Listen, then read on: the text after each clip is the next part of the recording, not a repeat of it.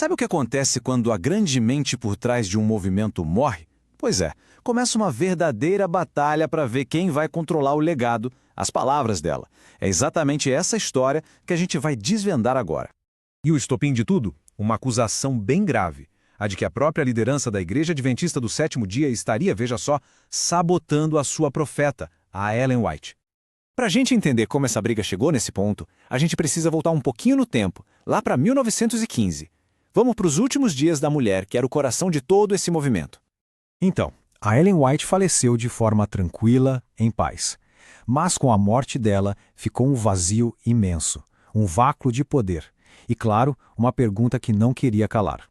O que ia acontecer com a quantidade gigantesca de textos que ela deixou e que nunca tinham sido publicados?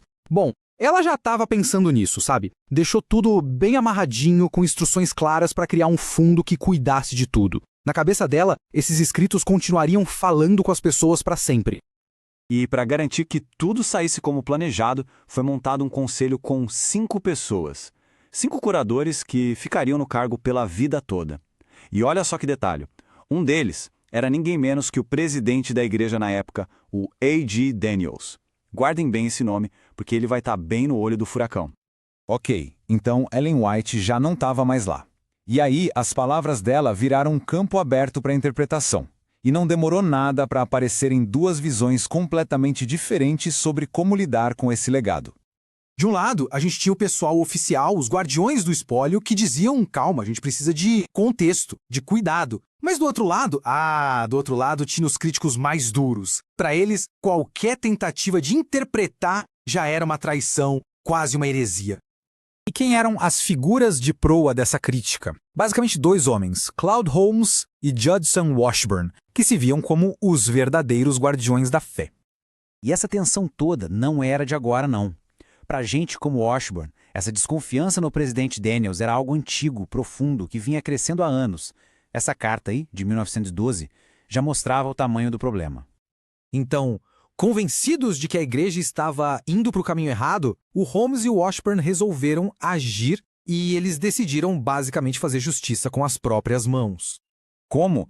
Eles pegaram as próprias palavras da Ellen White e transformaram em armas. É isso mesmo. Lançaram uma campanha de difamação cheia de panfletos e cartas, tudo pensado para atacar a liderança da igreja. A base de todo o argumento deles era uma ideia bem radical de inerrância. Para eles, não tinha discussão. Cada vírgula que a Ellen White escreveu veio direto de Deus. Era perfeita e não podia ser questionada. Ponto final. Era como colocar os textos dela no mesmo patamar da Bíblia. E o próprio Holmes deixou isso bem claro numa carta que escreveu para o filho da Ellen White. Ele disse, com todas as letras, eu amo os escritos de sua mãe. Eles são todos escrituras para mim. Ou seja, na visão dele, era um texto sagrado, que estava acima de qualquer outra coisa. Só que essa briga de ideias logo foi para um outro nível. Um nível bem mais direto. Sabe por quê? Porque o Holmes se convenceu de que a igreja não estava só interpretando errado, estava escondendo a verdade de propósito. Na cabeça dele, o presidente Daniels e o resto da liderança estavam sentados em cima de documentos. Documentos não publicados que, segundo o Holmes, provariam que eles estavam teologicamente errados e que ele estava certo. Tá, mas e aí? Como é que ele ia provar uma conspiração dessas? Simples. Ele foi direto na fonte. Onde? No cofre da Associação Geral, onde ficavam todos os registros oficiais.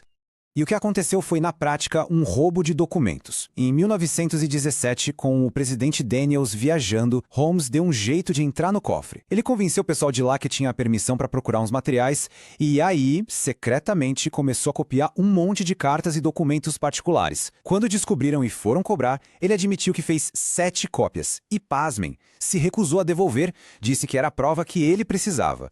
Claro, o resultado disso foi a demissão dele.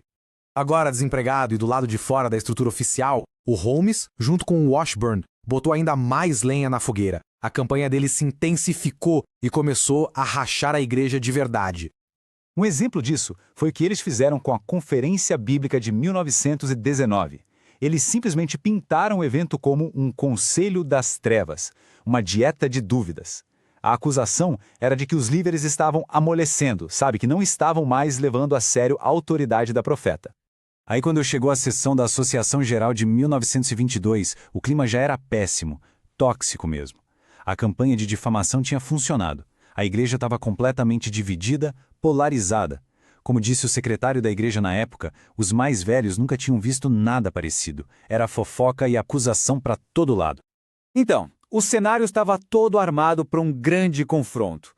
De um lado, o presidente Daniels, com sua liderança e até sua fé sendo colocadas em xeque. Do outro, uma rebelião que tinha sido cuidadosamente alimentada por seus maiores críticos. E toda essa confusão nos deixa com uma pergunta que vai muito além dessa história específica, né? Quando uma figura fundadora se vai, quem é o verdadeiro dono das suas palavras? É uma questão que, no fim das contas, força qualquer movimento a encarar de frente o seu próprio futuro.